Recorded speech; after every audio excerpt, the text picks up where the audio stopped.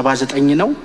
ቀደም በተጠቀስኩት ምክንያት የሶስት ምርጫ ክልሎችን ስናወጣ አሁን በእጃችን ላይ ያለው የ176 የምርጫ ክልሎች ውጤት ነው።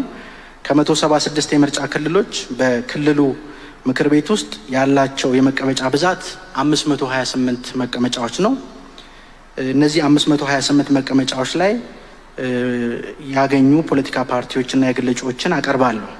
ብልጽግና ፓርቲ ከ528 የኦሮሚያ ክልል የክልል ምክር ቤት ወይ ጨፌ ኦሮሚያ መቀመጫ ውስጥ 523 ብልጽግና ፓርቲ አግኝቷል። ፋጡማ ከማል ሁሴን የግል እጩ ናቸው፣ አንድ መቀመጫ አግኝተዋል።